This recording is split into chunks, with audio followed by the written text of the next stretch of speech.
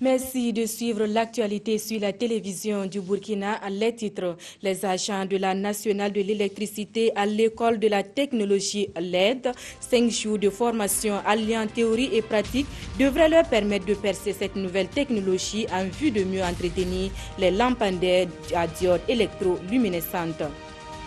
Et puis l'élève Inès Songré a retrouvé le chemin de l'école grâce au ministère en charge de la famille et quelques bonnes volontés. Après le cri de cœur lancé sur nos antennes, ils ont décidé de l'envoyer au lycée municipal de Koupela pour lui donner la chance de réaliser son rêve de devenir un médecin.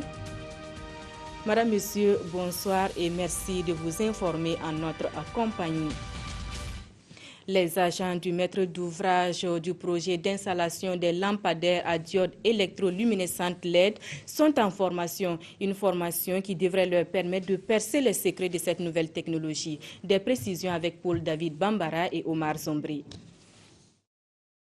Les agents de la Société nationale burkinabé d'électricité sont à l'école de la technologie LED. Ils apprennent ici les techniques pour l'entretien des lampadaires à diode électroluminescentes LED nouvellement installée dans quelques artères de la ville de Ouagadougou. C'est une technologie révolutionnaire, elle est nouvelle.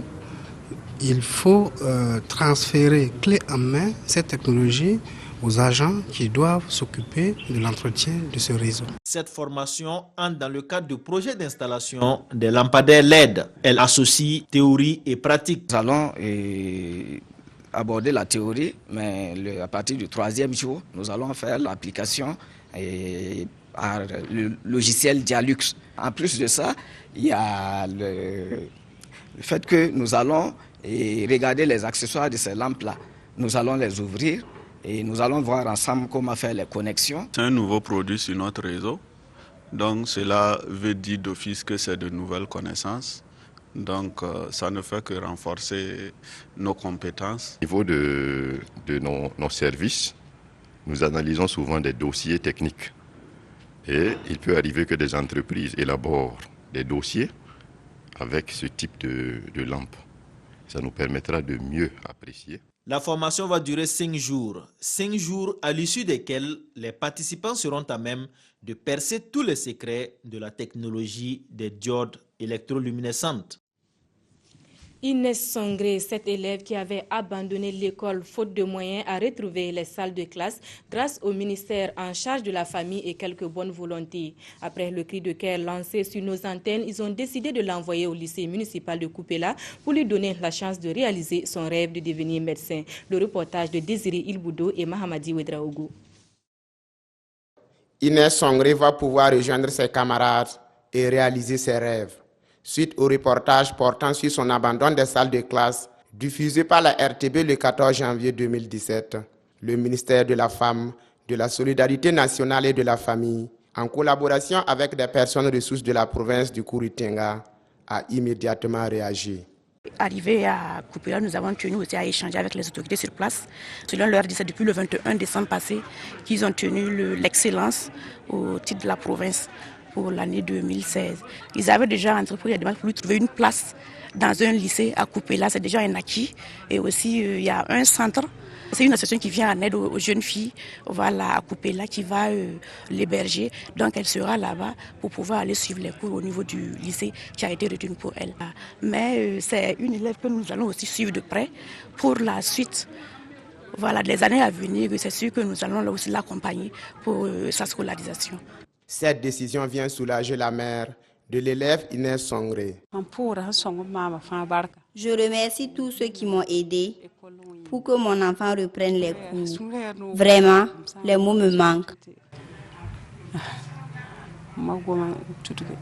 Selon la directrice régionale en charge de la femme du Centre-Est, d'autres actions humanistes sont en perspective en vue de soutenir Madame Songré dans la gestion de sa famille. Éducation toujours avec cette lueur d'espoir pour les élèves de Baskouda dans la province du San-Matenga. Ils bénéficieront bientôt d'un collège d'enseignement général. La pose de la première pierre de l'établissement a eu lieu hier, précédée de la signature d'un accord entre les parties prenantes. C'était en présence de Gérard Sommet et Vincent Kendrebego. Signature d'accord en plein air dans le village de Baskouda, commune de Mané, pour la réalisation d'infrastructures éducatives dans cette commune. Séance tenante, les parties prenantes ont posé la première pierre d'un collège d'enseignement général qui devrait sortir de terre les 6 prochains mois. C'est le fruit du partenariat entre TX Foundation de la Chine-Taïwan et BPW Burkina, une organisation professionnelle de femmes burkinabè. TX Foundation a été créée pour financer, lutter contre la pauvreté à travers l'éducation par BPW Taïwan.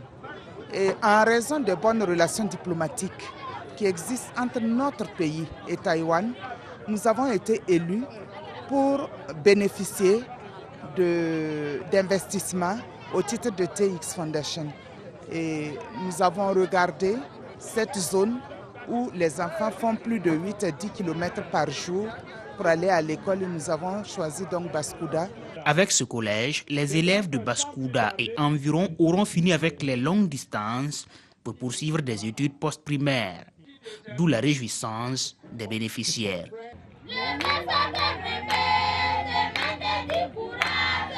En plus du CEG, TX Foundation s'engage à soutenir la réalisation d'autres infrastructures, notamment une école de formation professionnelle à Mané.